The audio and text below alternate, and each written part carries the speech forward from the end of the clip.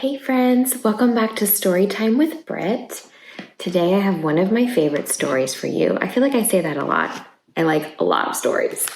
It's called Where the Wild Things Are, and it was written by Maurice Sendak. Have you heard of this story? You ready to get started?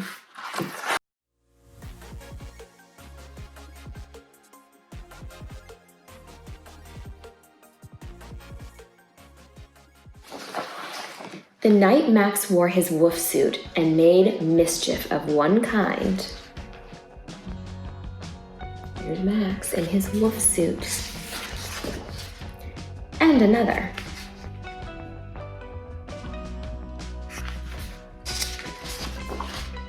His mother called him Wild Thing, and Max said, "I'll eat you up." So he was sent to bed without eating anything. Look at his face. Does Max look happy? That very night in Max's room, a forest grew.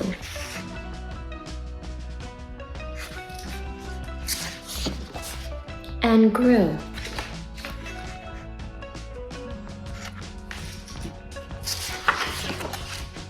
And grew until his ceiling hung with vines and the walls became the world around. Wow, look at his bedroom. It's a forest. And an ocean tumbled by with a private boat for Max, and he sailed off through the night and day. His boat even says Max on it. Do you see that? And in and out of weeks and almost over a year to where the wild things are.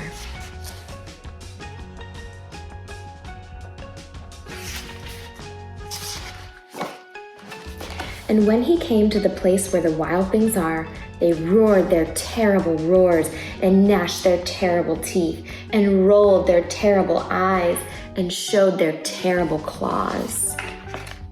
Ooh, look at all those wild things. Would you be scared?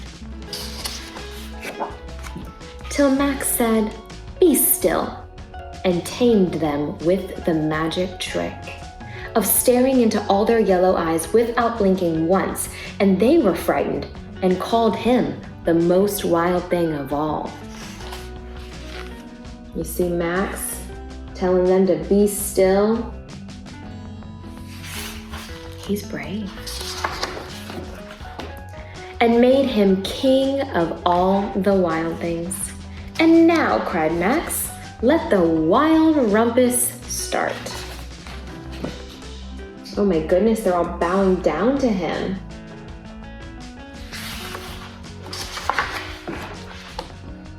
This picture has no words.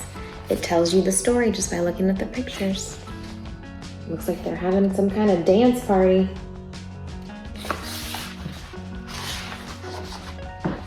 This one has no words either. What would you say is happening on this page?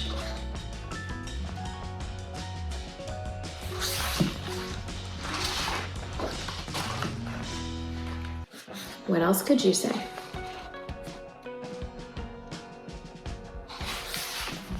And they look like they're having fun. "Now stop," Max said, and sent the wild things off to bed without their supper. And Max, the king of all the wild things, was lonely and wanted to be where someone loved him best of all. Then all around from far away across the world, he smelled good things to eat. So he gave up being king of where the wild things are.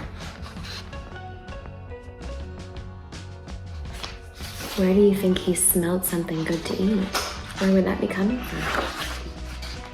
But the wild things cried, "Oh, please don't go. We'll eat you up. We love you so." And Max said, "No."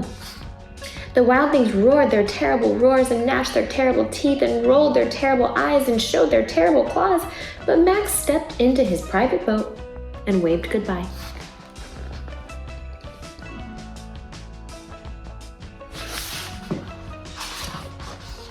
And sailed back over a year and in and out of weeks and through a day.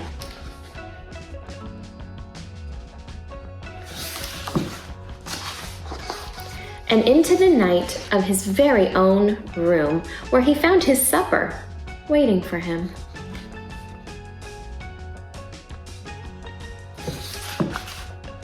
Mom brought him his supper after all, didn't she? Of course she did.